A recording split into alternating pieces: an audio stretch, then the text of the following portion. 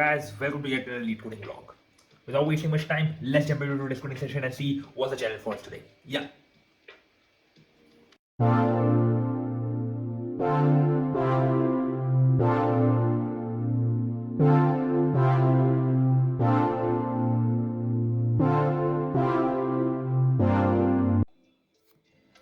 Hi guys, I'm back from my coding session और आज का क्वेश्चन था delete and earn, medium type का क्वेश्चन है. डिस्कस करते हैं क्वेश्चन पर उससे पहले मेरे को ऐसा लग रहा है कि लीड कोड को ना अब जो क्वेश्चन सेट करने का जो एल्गोरिथम है वो सेट हो गया कि भाई डीपी के क्वेश्चंस जो हैं उठा के पटकते जाओ, लगातार डीपी के क्वेश्चंस दे रहे हैं. मतलब क्या ही बताऊँ. ठीक है, मतलब हम तो मेमोराइज कर करके करते हैं क्योंकि मैंने जो डीपी सीखी है प्रोबेबली वो है कि पहले रिकर्शन बना लो और उसके बाद मैं क्या कहते हैं उसको डीपी में कन्वर्ट करता हूँ. तो रिकर्शन तो बेसिकली टीएल ही देगा, लेकिन कहीं ना कहीं आपको ये पता लग गया है ना कि क्या लॉजिक है. आपने सब प्रॉब्लम में डिवाइड कर लिया है, उसके बाद आप सॉल्व कर सकते हो. मेरे साथ सबसे बड़ी प्रॉब्लम ये है, मैं अपनी ही प्रॉब्लम बता रहा हूँ कि देखो, आप रिकर्शन भी दो तरह का लिखते हो. एक है जिसके अंदर कुछ रिटर्न टाइप होता है, करेक्ट, और एक होता है कि आप वॉइड टाइप का रिकर्शन लिखते हो. तो कंसिडरेबली रिलेटिवली मेरा ये वाला पार्ट थोड़ा ज़्यादा स्ट्रॉन्ग है कंपेयर टू दिस रिटर्न वाला पार्ट, क्योंकि इसमें मैं थोड़ा वीक हूँ और ये रिलेटिवली ज़्यादा स्ट्रॉन्ग है मेरा. तो मैं इसमें रिकर्शन थोड़ा इजीली लिख लेता हूँ और क्योंकि मैं ग्लोबल वेरिएबल्स को यूज़ करके अपने आंसर को अपडेट कर लेता हूँ, इंडेक्स को अपडेट कर लेता हूँ, फिर मैं चलता हूँ. रिटर्न टाइप के अंदर कहीं ना कहीं मैं गुम जाता हूँ कि कहाँ से क्या रिटर्न हो रहा है, लेकिन उसके ऊपर भी धीरे धीरे मैं कमांड लेके आ रहा हूँ. उसके बाद मैं कर लेता हूँ, सोच तो मैं लेता हूँ, लेकिन इसको थोड़ा टाइम लगता है समझने में कि रिटर्न टाइप में क्या हो रहा है. तो मेरा जो डीपी करने का तरीका होता है तो वो बेसिकली ये है कि आप पहले रिकर्शन बना लो और उस रिकर्शन जब बन गया तो आप आइडेंटिफाई करो, ठीक है, कि आपने कौन कौन आपका जो क्वेश्चन है मतलब वो है वो कौन कौन सी चीज़ों पर डिपेंड कर रहा है, यानी कि कौन कौन से ऐसे स्टेट हैं जो चेंज हो रहे हैं. लाइक जनरली ज़्यादातर क्वेश्चंस में इंडेक्सेस चेंज हो रहे होते हैं. देयर इज इंडेक्सेस एंड उस पर्टिकुलर इंडेक्स के लिए कोई वैल्यू स्टोर होती है. तो मतलब आप उस इंडेक्स को ऊपर डीपी मार सकते हो तो वो पैरामीटर मिल जाता है. तो यानी कि जो डीपी ऑफ आई या जे का जो फैक्टर होता है ये वो इंडेक्स होता है जिसके ऊपर मैं देखता हूँ कि रिकर्शन कौन ड्राइव कर रहा है बेसिकली, और उसको मैं डीपी में कन्वर्ट करने की कोशिश करता हूँ. और बेसिकली जो भी रिटर्न हो रहा होता है उसको मैं सारे के अंदर स्टोर करके डीपी में कन्वर्ट कर देता हूँ. तो ये मेरा मुद्दा है रिकर्शन को डीपी में कन्वर्ट करने का. इसको मेमोराइजेशन बोलते हैं और फिर इसको टॉप डाउन डीपी बोलते हैं. कुछ लोगों को बॉटम अप डीपी बहुत पसंद होती है और मैं उनको भगवान मानता हूँ जो बॉटम अप डीपी करते हैं भाई, क्योंकि आपने एरे को विजुअलाइज कर लिया कि एरे से सॉल्यूशन कैसे निकल रहा है, पुराना स्टेट कैसे हो रहा है, लूप कैसे लगेगा, आपने वो आइडेंटिफाई कर लिया और आंसर निकालो. ठीक है भाई, है ऐसे लोग भी दुनिया में जो कर लेते हैं. ठीक है, अभी हम लोग उतने तेज हुए नहीं है. रास्ते में देखते हैं कैसे होंगे. तो ठीक है, बिना टाइम वेस्ट किए उतरते हैं आज के क्वेश्चन में. डिलीट एरर क्वेश्चन में है क्या? देखो, क्वेश्चन का मुद्दा बहुत सिंपल है. तुम्हें एक एरे दिया होगा, लेट्स से 3 4 2. तुम्हें क्या करना है, you have to pick any random nums of I. Okay, कोई भी एलिमेंट उठा लो और तुम्हें उसको एडिशन करना है एंड उस नम्स ऑफ आई के +1 और नम्स ऑफ आई जो भी तुमने नम्स ऑफ आई पिक किया होगा, ठीक है, जो भी तुमने नम्स ऑफ आई पिक किया होगा उसके सारे +1 एलिमेंट और सारे -1 एलिमेंट डिलीट हो जाने चाहिए और तुम्हें नम्स ऑफ आई को सम करते रहना और ऐसे सच एलिमेंट्स का सम करते जाना और तुम्हें इसको मैक्सिमाइज करना है. तो एक देख लेते हैं एग्जांपल. थोड़ा सिंपल सॉल्यूशन ले लेता हूँ. अच्छा ठीक है, नीचे वाला ही ठीक है. लाइक फॉर एग्जांपल मैं पहले छोटे वाले में दिखा देता हूँ. 3 4 2 है तो इसको मैक्सिमाइज अगर करना है तो आप 2 4 3 में इसको पहले 3 2 3 4 में आप अरेंज कर लीजिए. तो मैक्सिमाइज कैसे होगा, देखो, अगर आप 3 लेते हो तो आपको 4 डिलीट करना पड़ेगा, 2 भी डिलीट करना पड़ेगा और आपका आंसर आएगा 3, करेक्ट. अगर आप 2 लेते हो तो आपको 3 डिलीट करना पड़ जाएगा और आपका आंसर आएगा 4. ओके, पर अगर यही आप 2 3 4 जो है इसमें आप एक काम करते हैं कि एक्चुअल में आप डिलीट कर दो. आप सबसे पहले 4 को डिलीट कर लो मान लो, ठीक है. तो जब आप 4 को पिक कर, और हाँ, आपने जब 4 को पिक किया होगा तो 4 पिक हो गया. 4 का पीछे का एलिमेंट 3 है तो 3 डिलीट होगा, लेकिन 2 बच गया तो अगली बार में 2 पिक होगा. 4 + 2 6. तो ये एक्चुअली मैक्सिमम दे रहा है, ठीक है ना. तो इस तरीके से आपका मैक्सिमम आ रहा है, तो आंसर 6 है. लेट्स से नीचे वाले एग्जांपल में देख लेते हैं. ये हो सकता है ना डुप्लीकेट हो, अगर डुप्लीकेट भी हो तब भी ये थ्योरी वैलिड रहनी चाहिए. तो नीचे वाला केस डुप्लीकेट का है और कुछ नहीं है, सेम ही है.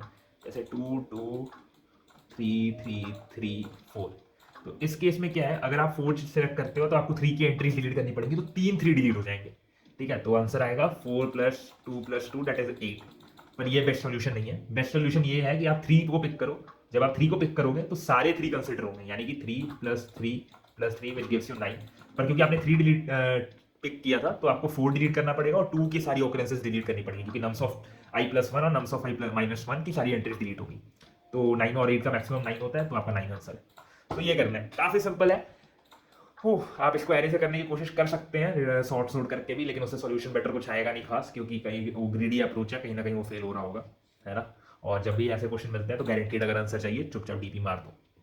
तो और डीपी मारने के तरीके भी हैं एक्चुअली, ये ग्रीडी में क्यों नहीं वर्क करेगा उसके कुछ रीजंस हैं। First of all number of occurrences के ऊपर भी डिपेंड करता है ना। ग्रीडी के लिए आपको थोड़ा स्टेबल स्टेट भी चाहिए था, जिससे आप बोल सको कि ये यूनिवर्सली प्रोग्राम चल जाएगा, कि भाई हमेशा मैक्सिमम एलिमेंट पिक कर रहे हैं तो आंसर आ रहा है, दैट इज वर्किंग। पर वैसी बात नहीं है ना, there is it depends on the number of occurrences of the element as well. जैसे ऊपर वाले एग्जांपल में 2 3 4 है, आप बोल सकते थे हर ऑल्टरनेटिव एलिमेंट को पिक करूंगा मेरा आंसर आ जाएगा, पर that is not the case. जैसे इस केस में 6 आ रहा है, पर इस केस में वैसा नहीं हो रहा है ना, क्योंकि यहाँ पे 3 की ऑकरेंसेस के ऊपर सारा कुछ डिपेंड करेगा। तो that is how you have to see कि ये डीपी से ही होगा। तो रिकर्शन मैंने लिखा था इसका पहले, रिकर्शन का कोड तो है नहीं अवेलेबल डीपी में है, लेकिन मैं रिकर्शन आपको बता देता हूँ। देखो रिकर्शन में ज्यादा कुछ नहीं है, आपको एक चीज ध्यान देनी है। नीचे वाला एग्जांपल ही लेते हैं, 2 2 3 3 3 4, कहाँ से रिकर्सिव कॉल्स डिवाइड होंगी। देखो जब आप 2 0 से शुरू सॉर्ट कर लो एरे को सबसे पहले, तो it may helps you actually, it makes the question easier bit to understand. तो सॉर्ट कर लिया, 0 से शुरू करो। अब क्या करो ना, अपने एलिमेंट को आगे आप तक मान लेते हैं, अभी आप 2 को कंसिडर कर रहे हो, 2 से जितने आंसर पॉसिबल है, तो आप क्या करोगे, सम करते जाओगे। 2 + 2 का जितने भी 2s के ऑकरेंस हैं सम करते जाओगे तो 4 आ गया। फिर आप बोलोगे 2 + 1 के जितने भी एलिमेंट है सारे स्किप करने हैं, तो भाई सारे 3 स्किप हो जाएंगे, ठीक है। तो आपका आंसर 4 हो गया। 4 के बाद आपने आपका पॉइंटर इधर पहुंचा दिया, क्योंकि आपने सारे 3 स्किप कर दिए, करेक्ट। तो अब अगली कॉल 4 से होगी, तो 4 के लिए चलेगा, 4 + 4 8 आ गया। कूल, ये समझ आ रहा है। लेकिन अब आपने क्योंकि सारे 3 स्किप किए थे और आपको नम्स -1 भी डिलीट करने पड़ सकते हैं, तो आप क्या करोगे, अपने एक पॉइंटर को इधर रखोगे और 3 के लिए सारी कॉल्स करोगे, करेक्ट। जब आप 3 के लिए सारी कॉल करोगे, यहां से वही सब प्रॉब्लम है, तो अब 3 + 3 + 3 होगा 9, करेक्ट। और वो सारे 4s को स्किप कर देगा, 4 के आगे कुछ है नहीं तो रह जाएगा, तो वो रिटर्न करेगा 9। तो अब मैक्स ऑफ 8 9 आएगा, दैट इज 9, तो आपका आंसर है।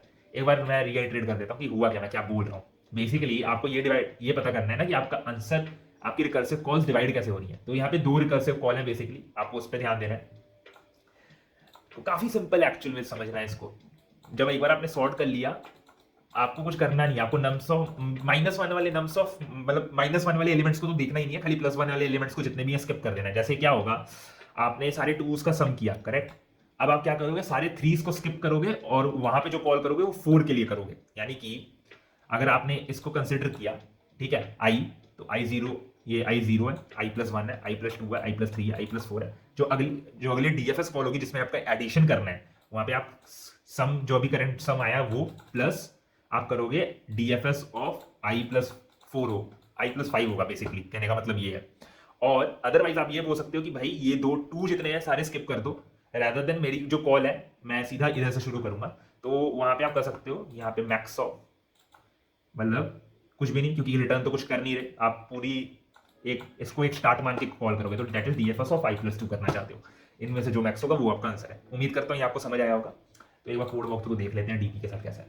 कूल, काफी सिंपल है ये, है ना। और यार लीड कोड ने काफी ज्यादा क्या कहते हैं डीपी के क्वेश्चंस पूछ लिए भाई जिंदगी में लगातार 3 दिन डीपी के क्वेश्चंस हो गए हैं।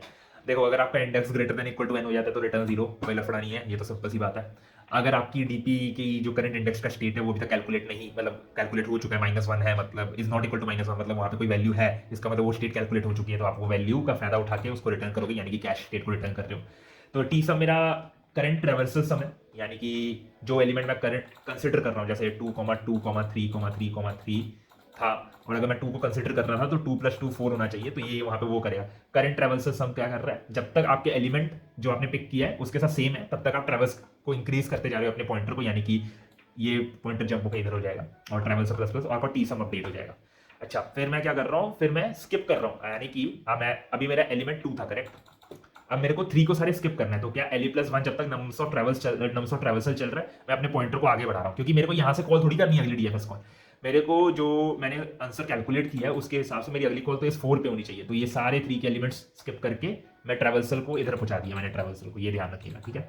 और मेरा जो क्या है, मेरा जो आईडीएक्स है वो भी कहीं ना कहीं इधर ही बैठा है। कूल।